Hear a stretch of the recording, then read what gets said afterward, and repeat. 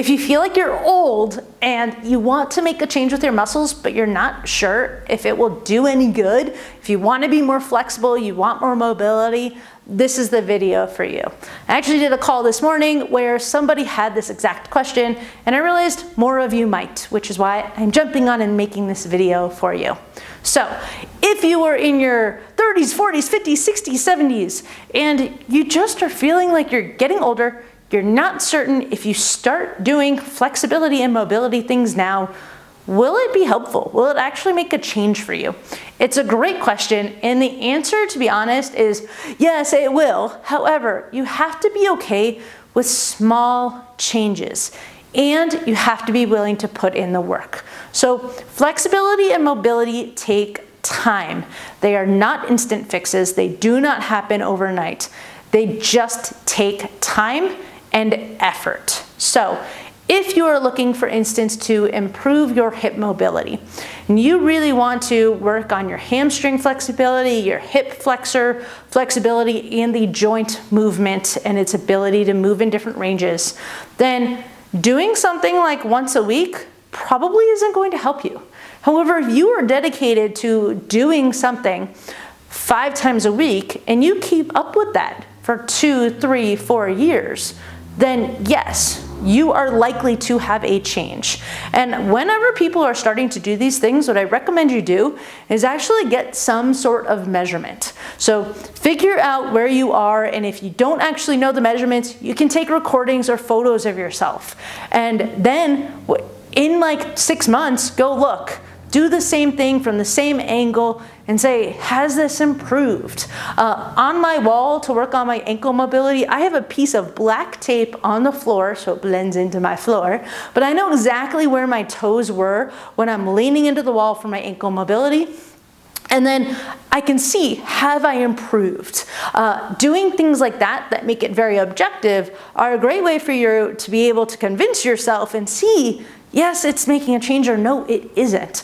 Or recognizing, I haven't put the time and energy into this, I'm not expecting to be better. Things like that. So really paying attention to that can help you, and those objective numbers actually help keep us motivated when we start to see changes, even if they are small. Now, doing the same thing every day, like let's say a hip flexor stretch, a hamstring stretch, over and over again, and that can get really boring. So it is nice to kind of mix it up with either different hamstring and hip flexor stretches, different strengthening things. It's important to also note that as we gain that increased flexibility in our muscles, we have to strength train those muscles in that range. So if I'm getting my hamstrings longer and I can all of a sudden go farther down into a stretch, but I don't train those muscles to work in that range of motion, I'm going to lose it. If you don't use it, you lose it.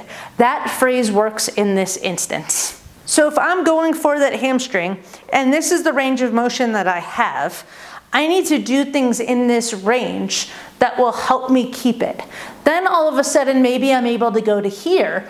That's a large percentage for that hamstring, where it's a larger range of motion, and now I need to strengthen things in that range of motion. If you're curious about exercises and things like that for that, please let me know and I'll make videos specifically on that. This is a little bit more of a general video to let you know that yes, it is possible. It's possible to make these changes. It's possible to see improvements. You just have to stick with it. So I hope that this helps a little bit for motivation for it. So work on some flexibility, but also incorporate some strength training into it. And if you're rowing, depending on the muscles, it will work and strengthen in that range.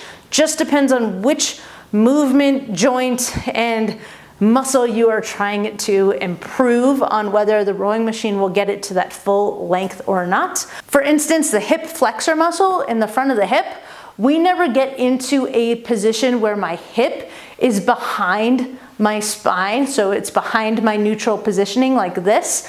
I don't get that on the rowing machine, which means if I'm working to improve this range and I can all of a sudden get back here, I need to strengthen this, but I can't get that on the rowing machine. So it completely depends on which muscle group and what area you are looking to improve upon. But I hope that helps. If this was helpful, please give me that thumbs up. Let me know that you're liking this kind of content. And again, if you've got questions or you want videos for the other stuff, please let me know and I will work on my best on getting a video for you.